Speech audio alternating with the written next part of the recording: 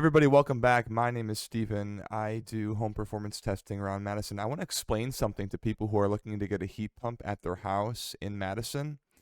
And so if you look at your screen here, the load of my house, I live on the east side of Madison, and how many heat units my house needs is captured in this report.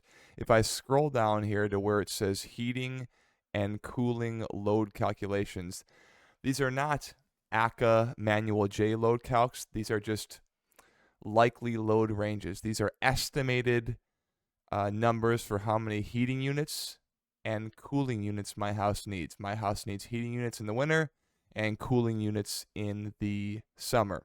So my house, which is 2,016 square feet, 1,000 upstairs, 1,000 in the basement, needs, after I do some of these upgrades, 19,882 BTUs. Okay?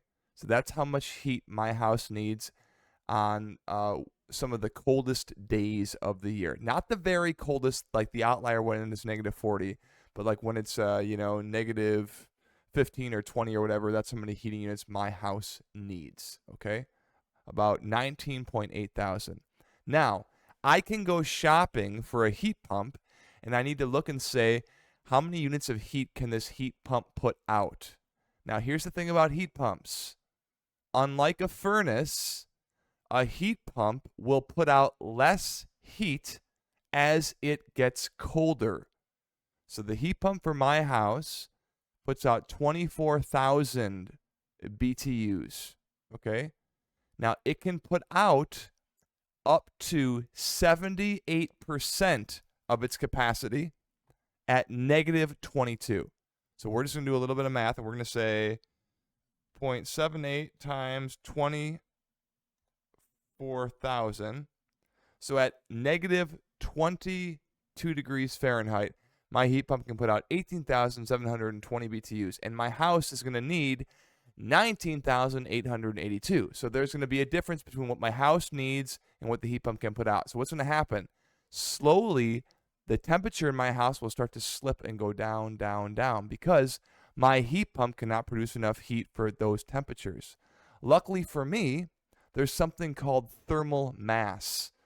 The temperature of my walls, of the ceiling, of this desk, this microphone, my computer, the floor, the carpets, the rugs, the furniture, all that stuff also needs to be cooled.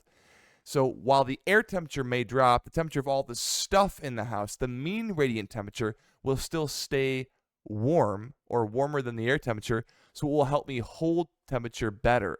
I could also bake some cookies, turn on our pellet stove, or whatever else I want to do, but really it's not going to be negative 22 or negative 40 for like 12 days straight. It's going to dip for an hour here, 3 hours there, 6 hours there, a half hour there, 20 minutes there.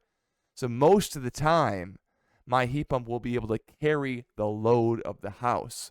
And if I get really cold, we put on a coat or a hat for a day or a couple hours or whatever, or throw on a blanket or some slippers, okay?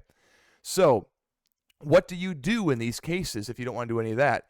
You can get what's called a dual fuel system, where you have a heat pump with a gas furnace backup, or you can get a heat pump that has electric coils, electric resistance backup.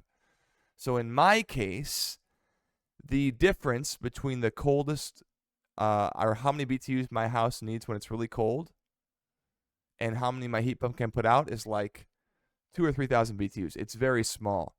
So I got a little basically heater element, an electric resistance heater element in my heat pump that can flip on and cover that difference.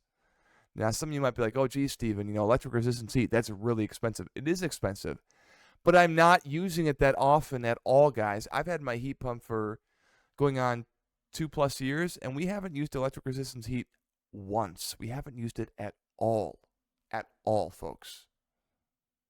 So people who are like, oh, geez, I don't want to do that, keep in mind, most of the time, like 90+% of the time, the heat pump with its, with its cold climate capabilities is carrying the load of the house without the electric resistance, without it.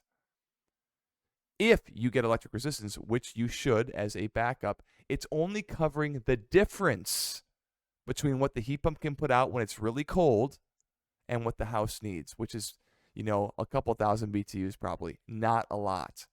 If you had a furnace backup, what would probably happen is the heat pump would just straight shut off. So in my case, I need 19.8 thousand BTUs. I need a furnace that can put out 19.8 thousand BTUs. I don't think they even make one that's that small. I think I'd have to buy like a 40,000 BTU furnace.